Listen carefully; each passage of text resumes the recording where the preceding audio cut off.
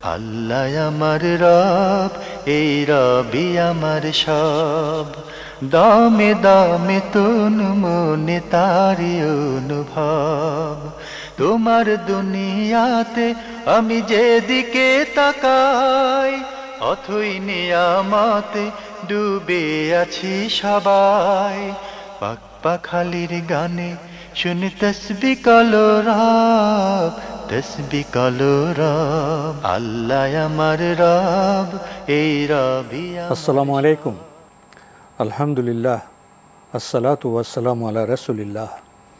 প্রিয় দর্শক, আপনারা যারা দেশে আছেন প্রবাসে, সবাইকে জানাই অনেক অনেক প্রীতি ও শুভেচ্ছা।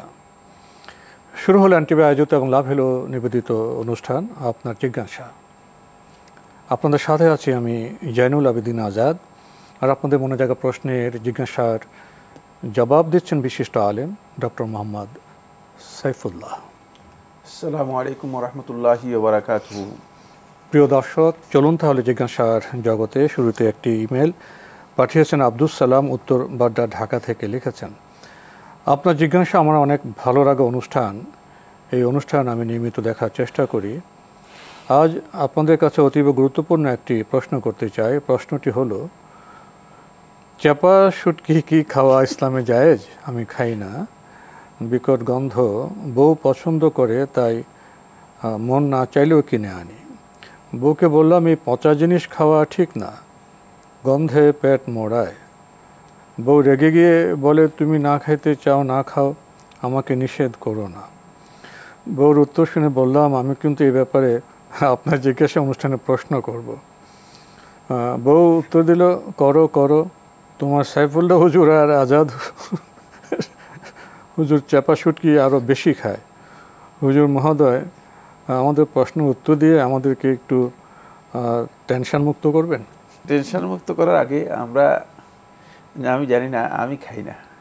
এখন আপনি খান কিনা আমি এটা পছন্দ করি না। আমাদের বাসায় মাঝে মাঝে খাওয়া হয়, আমরা ক্লিয়ার করে পছন্দ করি না। আমি খাই না এবং এই শুটকি খাওয়া কঠিন। এর আসলে গন্ধ অনেকের জন্য সহ্য করা কঠিন। এই ধরনের শুটকি খাওয়া হারাম একথা বলার সুযোগ নেই, যেহেতু এটি জায়েজ। শরীয়তে এটাকে হারাম বলার কোনো বৈধতা নেই, তবে ক্ষতিকর। কারণ এর মধ্যে যে সমস্ত এগুলোকে প্রসেসিং করার জন্য যে সমস্ত এটাকে কি বলা হয়, যে পদ্ধতিতে এটা পচানো হয়, যেভাবে করা হয়, জিনিস ব্যবহার করা হয়, কেমিক্যাল জাতীয় জিনিস ব্যবহার করা হয়, এগুলো খুবই স্বাস্থ্যের জন্য ক্ষতিকর। অনেকের এটা মানে খেতে খুব অভ্যাস হয়। যেমন কিছু কিছু ভাই আছেন, দেখা যায় তারা পানিতে পচানো সুপারি খান, খুবই দুর্গন্ধযুক্ত। যে মার্কেটে বিক্রি করা হয়, উত্তরবঙ্গে একটা মার্কেট আছে আলাদা, মার্কেটেই যাওয়া কঠিন, এত দুর্গন্ধময়। তো দুর্গন্ধ অবশ্য অন্যের কাছে দুর্গন্ধ মনে হচ্ছে না, যেহেতু আমরা মানে এর সাথে অভ্যস্ত নই, এই জন্য আমাদের কাছে এটা দুর্গন্ধময়। বাকি যদি আপনার মানে স্বামী অপছন্দ করে, তাহলে আপনার অপছন্দ করা উত্তম। এটা হচ্ছে ভালোবাসার দাবি।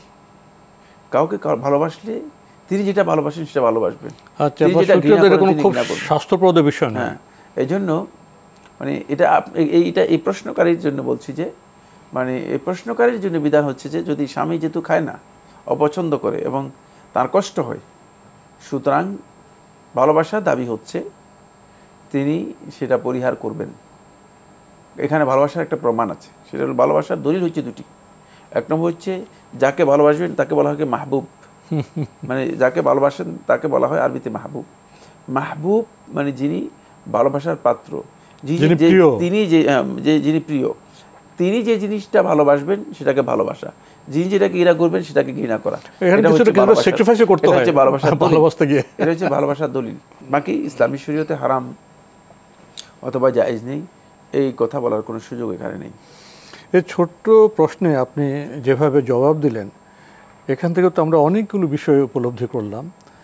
একটা হলো, শরিয়ার বিধান হিসেবে চাপা শুটকি এটা হারাম বা নাজায়েজ আমরা বলতে পারছি না, কিন্তু এটা কতটা স্বাস্থ্যকর সে বিবেচনা আমরা করতে পারি। তারপরে এটার সাথে রুচি অভিরুচির বিষয় আছে। আর সবচেয়ে গুরুত্বপূর্ণ বিষয়টা আপনি এখানে উল্লেখ করেছেন, স্বামী স্ত্রীর সম্পর্কের মধ্যে যে একটা কেমিস্ট্রি, একটা রসায়ন জি। আছে, স্বামীকে তো আমরা ভালোবাসি, আবার স্বামী বলেন স্ত্রীকে ভালোবাসি, জি ভালোবাসাতে কিছু প্রমাণও থাকতে জি হবে, জি কখনো কখনো কিছুটা স্যাক্রিফাইসও তো করতে হবে। এবং স্বামীর ভালো লাগাকে যদি স্ত্রী পছন্দ করেন, স্ত্রীর ভালো লাগার যদি স্বামী পছন্দ করেন, তার সম্পর্ক তার দৃঢ় হতে পারে। জি জি অনেকগুলো বিষয় এখানে চলে এসছে। আশা করি আমাদের যে প্রশ্নকর্তা তারা যে চমৎকার দাম্পত্য জীবন যাপন করছেন, বোঝা যায় তিনি পছন্দ না করলেও স্ত্রীকে ভালোবাসেন বলে তিনি বাজারও যাচ্ছেন, দুর্গন্ধ সহ্য করছেন। তো আপনারা তো বোধহয় আমাদের এই বিষয়গুলি সহজে বুঝতে পারবেন, এবং আমরা আশা করব আপনারা সঙ্গত সিদ্ধান্ত নেবেন এবং সুন্দরভাবে এগিয়ে যাবেন। প্রিয় দর্শক, আমাদের হাতে আরও একটি ইমেল, এটি পাঠিয়েছেন মামুন আল মামুন, সৌদি আরব থেকে লিখেছেন, আমার আব্বা একজন মুক্তিযোদ্ধা ছিলেন। বর্তমানে ওনার মৃত্যুর পরে আমরা 6 বোন 3 ভাই। আব্বার মুক্তিযোদ্ধা সম্মানী ভাতার টাকা আমরা পাই। প্রশ্ন হলো, এই টাকা কি ভাই বোন সবাই সমান ভাগ পাবে? শরীয়তসম্মতভাবে কে কতটুকু পাবে উক্ত টাকা হতে? উল্লেখ্য, এখানে টাকার পরিমাণ 20,000, 6 বোন 3 ভাই আমরা। খুবই জীবন ঘনিষ্ঠ প্রশ্ন, কি জবাব দেবেন? ধন্যবাদ। প্রশ্ন তো করেছেন খুবই জীবন ঘনিষ্ঠ। তো এখানে আপনার বাবার মুক্তিযোদ্ধা হওয়ার কারণে মৃত্যুর পরে যেই আপনার ভাতা পেয়েছেন, সে ভাতা যেহেতু 2 ভাই আছেন, 3 ভাই আছেন আর 6 বোন আছেন, তাহলে এটা মূলত ভাই বোনদের মাঝে রেশিও অনুযায়ী বর্তিত হবে। ভাইরা 2 আর বোনেরা 1 পাবেন। কিন্তু এখানে অন্য ওয়ারিশদের কথা উল্লেখ করা হয়নি। অন্য ওয়ারিশ যদি থেকে যায়, যেমন আপনার মা যদি থেকে যান, তাহলে তিনিও পাবেন। আপনার যদি দাদা থেকে যায়, তাহলে তিনিও পাবেন। তো এখন বাকি ওয়ারিশদের কথা আপনি উল্লেখ করেন নাই। এই জন্য এটা যেহেতু উত্তরাধিকারে চলে গেছে, মৃত্যুর পরে বণ্টিত হচ্ছে, এক্ষেত্রে অবশ্যই ইসলামী শরিয়ার বিধান ফলো করা অপরিহার্য। কিন্তু যদি মৃত্যুর আগে তিনি বন্টন করে দিতেন, তাহলে তিনি যদি সবার সাথে সমঝোতা করে সমান বন্টন করে দিতেন, তাহলে সে তার জন্য জায়েজ ছিল। মানে সবার সাথে আলাপ করে যে আমি এই টাকা আমাকে দেওয়া হয়েছে ভাতা, এটা আমি তোমাদের মধ্যে মানে সমানভাবে বন্টন করে দিচ্ছি, সবাই যদি সেটা নিতেন তাহলে এটা জায়েজ হতো। কিন্তু এখন তো উত্তরাধিকারী, এখন যেহেতু উত্তরাধিকারের মধ্যে চলে এসেছে, ভাই বোনের মধ্যে হলে 2:1 পাবে। 2:1 হবে। ভাই 5 টাকা, ভাই 10 টাকা পারলে বোন 5 টাকা পাবে, 5 টাকা পাবেন, এভাবে বন্টিত হবে। কিন্তু এখন ওয়ারিশদেরকে কি করতে হবে আবার, মানে ওয়ারিশ কারা কারা আছে সেটা নির্দিষ্ট, ওটা তো এখানে ব্যক্ত হয়নি। আশা করি আপনার চিঠিতে যে কিছুটা অপূর্ণাঙ্গতা আছে সেটা পূর্ণাঙ্গ করবেন, এবং এভাবে স্থানীয় কোনো যোগ্য আলেম থেকে বিষয়টি জেনে নেওয়ার চেষ্টা করবেন। প্রিয় দর্শক, আমাদের হাতে একটি চিঠি, দীর্ঘ চিঠি পাঠিয়েছেন নাসির উদ্দিন, শাহজাদপুর, সিরাজগঞ্জ থেকে। আপনার আগের চিঠি আমরা আপনার অনেকগুলো প্রশ্নের জবাব দিয়েছি। আপনার 7 নম্বর প্রশ্নে যা বলেছেন, 4 রাকাত বিশিষ্ট ফরজ সালাতে ইমাম সাহেব 2 রাকাত পড়ে মধ্য বৈঠকে দোয়া মাসুরা পর্যন্ত পড়ে ফেললে এবং সাথে সাথে উঠে 4 রাকাত সালাত আদায় করলে এক্ষেত্রে কি সাহু সিজদা দিতে হবে? না, এতে সিজদা সহু দিতে হবে না, সিজদা সহু দিতে হবে না। জি, আমরা জানলাম বিষয়টি সম্পর্কে। প্রিয় দর্শক, আপনি আরও লিখেছেন, ফরজ সালাতে ইমাম সূরা ফাতিহা পড়ার পর সূরার বড় এক আয়াত পড়ার পর পরের 2 আয়াত ভুল পড়লে সেক্ষেত্রে সাহু সিজদা দিতে হবে কি? আয়াত যদি ভুল পড়ে সিজদা সহু দিতে হবে না। জি, তবে কোরআন কারীমের আয়াত ভুল পড়লে অবশ্যই মুক্তাদি যারা আছে তারা ইমাম সাহেবকে শুধরিয়ে দেবেন। এটাকে আমাদের দেশে বলা হয়তো লোকমা দেয়া, মানে ইমাম সাহেবকে শুধরিয়ে দেয়া, শুদ্ধ করে দেয়া, যে ইমাম সাহেব ভুল পড়েছেন যেটা, ভুলটাকে শুধরিয়ে দেবেন, এবং ইমাম সাহেব সেই শুধরিয়ে দেওয়াটাকেই গ্রহণ করবেন এবং আবার রিপিট করবেন, তেলাওয়াতটা শুদ্ধ করে নেবেন। কিন্তু পিছনে যদি কেউ এই ধরনের যোগ্য লোক না থাকে আর ইমাম সাহেব যদি ভুল পড়েন, তাহলে সালাত হয়ে যাবে। এখন বিকাশ অ্যাপেই পাবেন দেশের প্রথম ডিজিটাল লোন। আমরা ভাই নাসিরউদ্দিন আপনার চিঠি পড়ছি। আপনি লিখেছেন, আমার স্ত্রী যখন বাসায় একা সালাতরত অবস্থায় থাকেন, আমাকে ভিতরে আসার জন্য 2-3 পা পেছনে এসে দরজা খুলে দেন, এতে তার সালাত নষ্ট হবে কি? না, সালাত নষ্ট হবে না।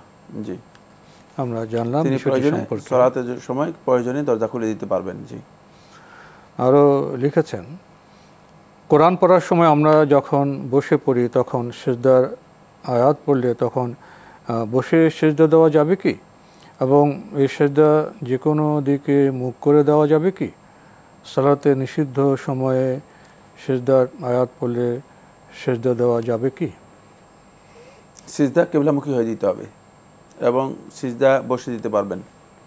সলাতে নিষিদ্ধ সময়ে যদি আপনি কোরআন তেলাওয়াত করে থাকেন সিজদা দিতে পারবেন, কিন্তু মানে যে কোনো দিকে সিজদা না দেওয়াটাই হচ্ছে বিধান। সিজদা দিবেন শুধুমাত্র কেবলামুখী হয়, শুধুমাত্র কেবলামুখী হয়ে সিজদা দিবেন। জি, এটাই বিশুদ্ধ মত। আর নিষিদ্ধ সময়ে দিতে পারবেন, নিষিদ্ধ সময় দিতে পারবেন। জি, আমরা জানলাম বিষয়গুলো সম্পর্কে। প্রিয় দর্শক আরও লিখেছেন, কোনো ব্যক্তি কোরআন ও হাদিসের ব্যাখ্যায় যদি সে আল্লাহ রসুল সাল্লাল্লাহু আলাইহি ওয়াসাল্লামকে সম্পৃক্ত করে ব্যাখ্যা দেয়, সেই ব্যাখ্যা দেওয়া কি তার সঠিক হবে?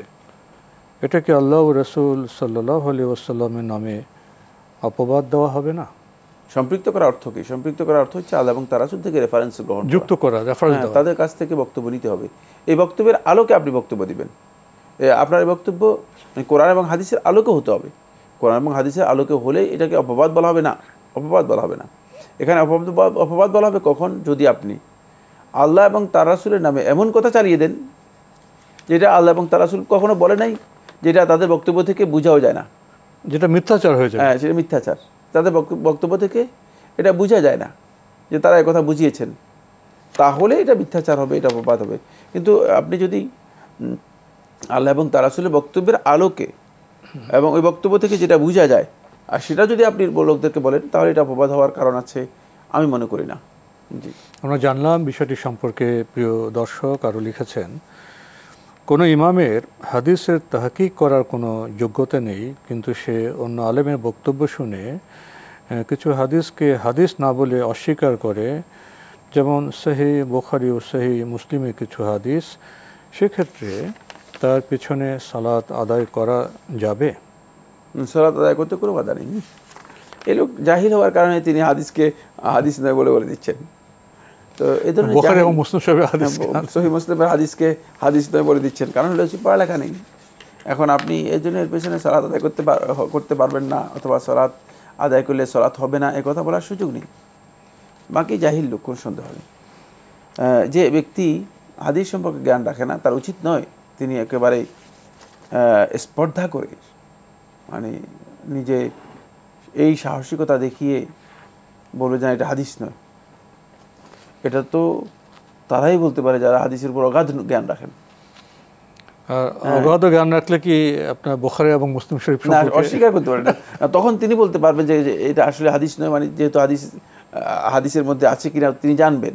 কিন্তু সাধারণ পাবলিক অথবা একেবারেই সাধারণ জ্ঞানের অধিকারী যারা রয়েছে, যারা হয়তো সহিহ বুখারী মুসলিম ভালো করে পড়েও নেই, এ ধরনের লোককে হুট করে একটা হাদিস সম্পর্কে মন্তব্য করে দেবেন যে এটা হাদিস নয়, অথচ সহিহ বুখারী অথবা মুসলিমের মধ্যে আছে, তাহলে এটা ধৃষ্টতা, সীমালঙ্ঘন, এই ধরনের বক্তব্য দেওয়া উচিত নয়। ভাই নাসির উদ্দিন, আমরা তো আজকে আপনার কিছু প্রশ্নের জবাব দেওয়ার চেষ্টা করলাম। আপনার আরও কিছু প্রশ্ন রয়ে গেছে, আমরা অন্য সময় আপনার বাকি প্রশ্নের জবাব দেওয়ার চেষ্টা করব। আমাদের হাতে একটি ইমেল, এটি পাঠিয়েছেন আলী খান, টরন্টো, কানাডা থেকে। লিখেছেন, We'll make dua for both of you and your team. It is a nice program and Allah will help both of you and your team in the dunya and qiyamah. I have one question. My friend's sister has 4 husbands and they are alive. She's living with 4 of them. She has 1 child. The child calls all of them dad. When I saw her, I am surprised. And I told her, this is gunah and you must have only a husband. She told me that she asked one Islamic scholar and that person said, you can keep all 4 husbands. I am right or is she right? I went with my friends to Ghana and I saw her there. এটি ইসলামী শরীয়তে হারাম অত্যন্ত জঘন্যতম অপরাধ এবং ব্যভিচারে লিপ্ত হয়েছেন তিনি। তার এই কাজটি পরিপূর্ণরূপে হারাম, এবং যেহেতু তিনি সন্তানকে 4 জনের সন্তান হিসেবে স্বীকৃতি দিচ্ছেন, এই কাজটি কুফরি। সুতরাং তার এই আচরণ ইসলামী শরিয়ার সাথে পরিপূর্ণ সাংঘর্ষিক, ইসলামের সাথে এর সামান্যতম কোনো সম্পর্ক নেই। এ ধরনের আচরণের ইসলামের সামান্যতম কোনো সম্পর্ক নেই। কোন নারীর জন্য কোনোভাবে বৈধ নয় যে তিনি 4 জন নয় 2 জন স্বামী গ্রহণ করতে পারেন। যদি তিনি একজন স্বামী গ্রহণ করার পর আরেকজন স্বামী হিসেবে তার সাথে বৈবাহিক সম্পর্ক বিবাহের চুক্তি হয়, সম্পর্ক দৈহিক সম্পর্ক না হয়, সাথে সাথে 2 জনেরই বিবাহ বাতিল হয়ে যাবে এবং পরিপূর্ণ হারাম হয়ে যাবে।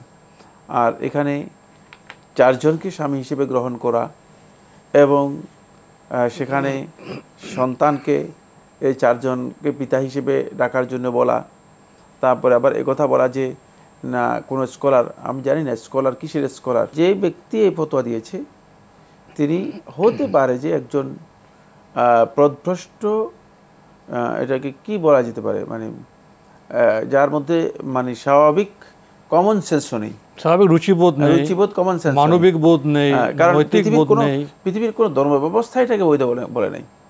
পৃথিবীর কোনো ধর্ম ব্যবস্থা এটাকে বৈধ বলে নাই, সুতরাং প্রশ্নই আসে না, এবং কোনো আইনেও এটাকে বৈধ বলা হয়নি। এটা শুধুমাত্র যাদের রুচি নষ্ট হয়ে গেছে, বিকৃত রুচি এবং বিকৃত বিবেক যাদের, তারাই কেবলমাত্র এই ধরনের চিন্তাধারাকে প্রমোট করছে এবং এই ধরনের চিন্তাধারা সামনে রাখছে। ওই বিকৃত রুচির ব্যক্তি শুধুমাত্র এই ধরনের বক্তব্য দিতে পারে যে হ্যাঁ ঠিক আছে, আপনি 4টি স্বামী গ্রহণ করতে পারেন না, এই বিধান ইসলামী শরীয়তের মধ্যে নেই, তার এই বক্তব্য মিথ্যা এবং তিনি যে কথা বলেছেন এটি অরুচিকর, বিবেক বিবর্জিত একটি বক্তব্য। আমাদের যিনি দর্শক ভাই আলী খান, আপনি প্রশ্ন করেছেন, আপনার তো ধারণা ঠিকই আছে যে এটা আপনি গুনার কথা বলেছেন, কিন্তু আপনি কিভাবে ওই ভদ্রলোককে আপনি ইসলামিক স্কলার হিসেবে এখানে সম্বোধন করলেন? কোন এক ব্যক্তি বললে তো বলতে যথেষ্ট হতো, তিনি ইসলামিক স্কলার কোনোভাবে হতে পারেন না। জি, আমাদের হাতে দীর্ঘ একটি ইমেলটি পাঠিয়েছেন আমিনুল ইসলাম। আপনি ভূমিকায় বলেছেন আমার প্রশ্নটি একটু বড় কিন্তু খুবই দরকারি, দয়া করে উত্তরটা দেবেন। আমরা আপনার প্রশ্নে যাচ্ছি। আমি সৌদি প্রবাসী, আমি আগে দুবাই এবং কাতার ছিলাম 9 বছর, আমি সৌদি আসছি 1.5 বছর হয়েছে, আমি বিবাহিত, আমার 2 মেয়ে, একজন 8 বছর, একজন 1.5 বছর। আমি এ পর্যন্ত নিজের জন্য কিছুই করিনি, যা কামাই করেছি সব আমার আব্বার হাতে দিয়ে দিয়েছে। আমার আব্বাও আমার টাকা দিয়ে ব্যবসা করেছেন এবং 1 টুকরো জমিন কিনেছেন 2 ভাইয়ের নামে। সব কিছুই ভালো চলছিল। আমি কাতার শেষ করে বাড়িতে চলে যাই কিছু একটা ব্যবসা করব বলে। বাড়িতে গিয়ে থেকে আমার বড় ভাই 50 লাখ টাকা ঋণ করেছেন, যেটা কিনা আমার আব্বাও জানতেন না। তখন এত টাকা আমাদের ক্যাশ ছিল না। আব্বা আমাকে বলল, তো জমিটা আমাকে দিয়ে দে, আমি বিক্রি করে দেনা শোধ করি, না হয় আমার মান সম্মান থাকবে না। আমিও বাবার সম্মান বাঁচাতে গিয়ে দিয়ে দেই, কারণ আমি জানি আমার টাকা মানে বাবার টাকা। তারপর বাবা আরও জমিন বিক্রি করে সেটা নিজের নামে এইভাবে দেনা শোধ হয়। আমি 1.5 বছর বাড়িতে ছিলাম, বলেছি আমাকে কিছু টাকার ব্যবস্থা করে দেন, আমি একটা ব্যবসা করি। কিন্তু তিনি বলেন আমার কাছে টাকা নেই, তুমি কি করবে নিজে চিন্তা করো। অথচ আমার বাবার অনেক জমি আছে, চাইলে বিক্রি করে দিতে পারতেন, কিন্তু দেননি।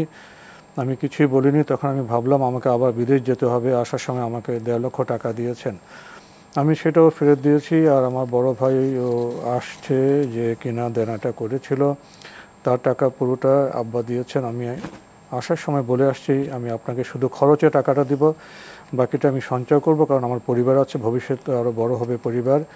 এখন এটা কেন বললাম, ওদের সাথে আমার একটা দূরত্ব হয়ে গেছে, যেটা দেশে থাকতেও ছিল। পরিবারের জন্য করা অবদানগুলো মনে হয় ভুলে গেছেন তারা। আমরা কিন্তু 4 ভাই, আমি 2 নম্বর। সবার ছোট ভাই লেখাপড়া করছে, আমি তার লেখাপড়ার দায়িত্ব নিতে চাইছি এবং আব্বা আমার খরচ দিতে চাইছি। এটা হবে না। আব্বা বলে আমি নাকি একে একে বড়লোক হতে চাইছি, এই জন্য তারা আমার প্রতি অসন্তুষ্ট। এখন আমি কি করব? এটার জন্য কি আমি আল্লাহর কাছে প্রশ্নবিদ্ধ হব?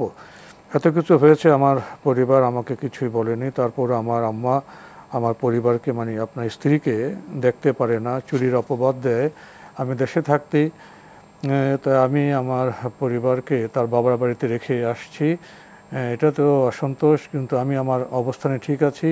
আমি তাদের খরচ চালিয়ে যাব, বাড়তি টাকা আমি দেব না। এটা কি ঠিক হবে? আল্লাহর কাছে আপনাদের নেক হায়াত কামনা করি। অনেক লম্বা একটি প্রশ্ন করেছেন, অনেক তথ্য দিয়েছেন। পারিবারিক জীবনে আসলে যখন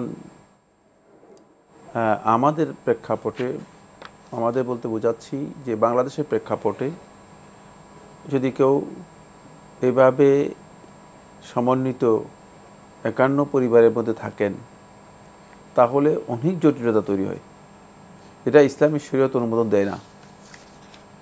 ফলে এই জটিলতাগুলো আপনি এখানে সবগুলোই তুলে ধরেছেন।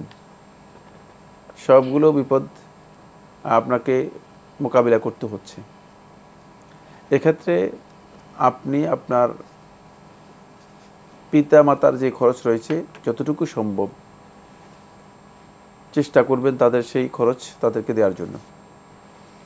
এর অতিরিক্ত টাকা আপনি দেওয়া আপনার জন্য বাধ্যতামূলক নয়। আপনার সম্পদ আপনার সন্তানদের জন্য, আপনার পরিবারের জন্য।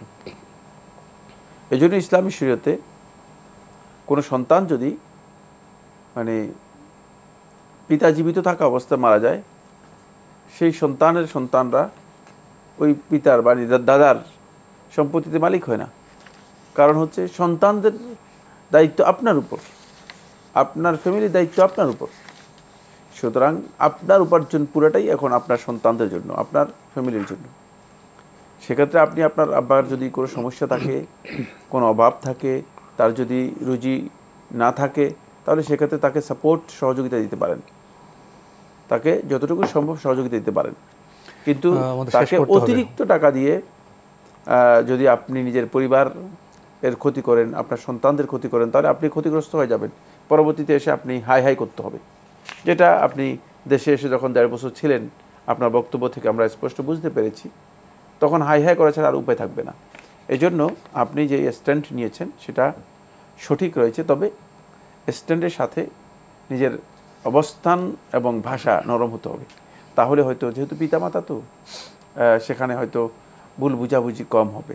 আপনাকে অনেক ধন্যবাদ। আপনাকে অনেক ধন্যবাদ। প্রিয় দর্শক, আমরা দেখছিলাম এনটিভি আয়োজিত এবং লাভ হ্যালো নিবেদিত অনুষ্ঠান আপনার জিজ্ঞাসা। আমাদের অনুষ্ঠান আপনারা এনটিভি অনলাইনেও দেখতে পারবেন। ভিজিট করুন www.ntvbd.com। এছাড়া ইউটিউবে এবং আমাদের ভেরিফাইড ফেসবুক পেজে অনুষ্ঠান দেখতে পারবেন। সংসার, 51বর্তী সংসার, আবেগে একসময় ভালো লাগে, বাস্তবতা যখন এসে যায় তখন দেখা যায় ঋতুর মতো সময় পরিবর্তিত হয়ে যায়। কখনো উত্তাপ, কখনো শীত, কখনো খরা। এই জন্য ইসলাম বিধানকে আমাদের জানতে হবে। আমাদের কর্তব্য কী, দায়িত্ব কী, আগে সেটা আমরা পালন করি। অতিরিক্ত পারলে সেটা তো অন্য বিষয়। তো আজকে এই চিঠি থেকে আমরা এই বার্তাই পেলাম। চিঠি লিখুন, প্রশ্ন পাঠান আমাদের ঠিকানায়। পরিচালক আপনার জিজ্ঞাসা, এনটিভি, বিএসসিসি ভবন, 7ম তলা, 102 কাজী নজরুল ইসলাম এভিনিউ, কারওয়ান বাজার, ঢাকা 1215। ইমেল অ্যাড্রেস আপনার জিজ্ঞাসা @ntvbd.com। মহান আল্লাহ আমাদের সবাইকে নিরাপদে রাখুন, রাখুন শান্তিতে। আসসালামু আলাইকুম। আল্লাহ আমার রব, এই রবি আমার সব, দামে দামে তুন মনে তারি অনুভব। আল্লাহ আমার রব, এই রবি আমার সব। তার লগে আপনার সম্পর্ক কি লাইলি মজনু টাইপের, যে লাইলিরে মারলে মজনু সিকিউর দিয়ে ওঠে? মানে কি? ধারাবাহিক নাটক গোলকধাঁধা। সবক দাও করে, চান্দাবাজি করতে যা ধরা খাইছিলাম, সেটা বাসায় আনছে কে? আমি। মুই কি উল্টা পাল্টা কিছু বলছি? মুই বলছি যে তাড়াতাড়ি যাতে আসতে পারে সে ব্যাপারে বলছি। মানে এখন তো আসতে বেশি সময় লাগার। রচনা মোহাম্মদ মামুনুর রশিদ, পরিচালনা শামীম জামান। বানাইয়ে বই রইছি। গল্প তো পাই গেছি রে, গল্প তো ফাইনাল হয়ে গেছে। এই কাজটা কেডা করলো স্যার? জামাল বলছে। স্যার আমরা একটা কাজ দেখবেন রবি, সোম ও মঙ্গলবার রাত 8টা 20 এনটিভিতে। এখন বিকাশ অ্যাপেই পাবেন দেশের প্রথম ডিজিটাল লোন।